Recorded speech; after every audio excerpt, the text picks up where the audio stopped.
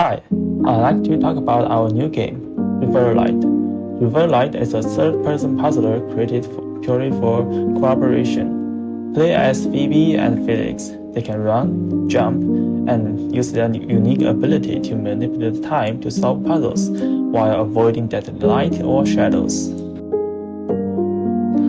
When we first started brainstorm ideas, we took at Shady Part of Me for inspiration. I really like its core concept, so we decided to make a game centered around light and shadows.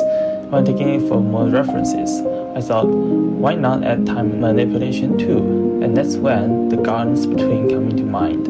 By combining lighting and shadow mechanics with time control, we ended up creating Rever Light. This game is all about solving puzzles using time and light and shadow mechanics. Every puzzle is built around these two systems.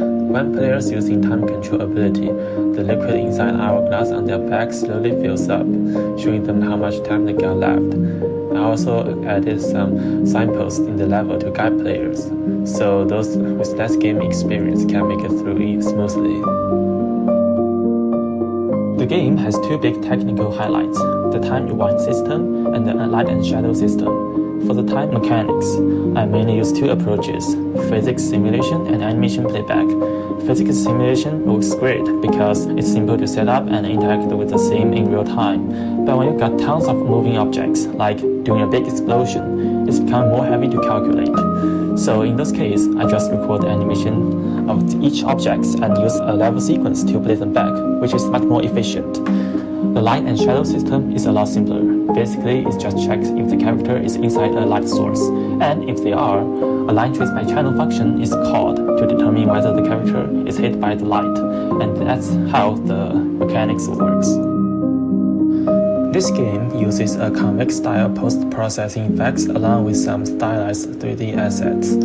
The strong contrast between light and shadow makes it super clear for players to use the light and shadow mechanics to solve puzzles. On top of that, the beautiful environments and the stunning visual effects create an immersive world that really leaves a lasting impression. Before jumping into the actual level design, I made two prototype versions. The first one was mainly about testing if the core mechanics worked.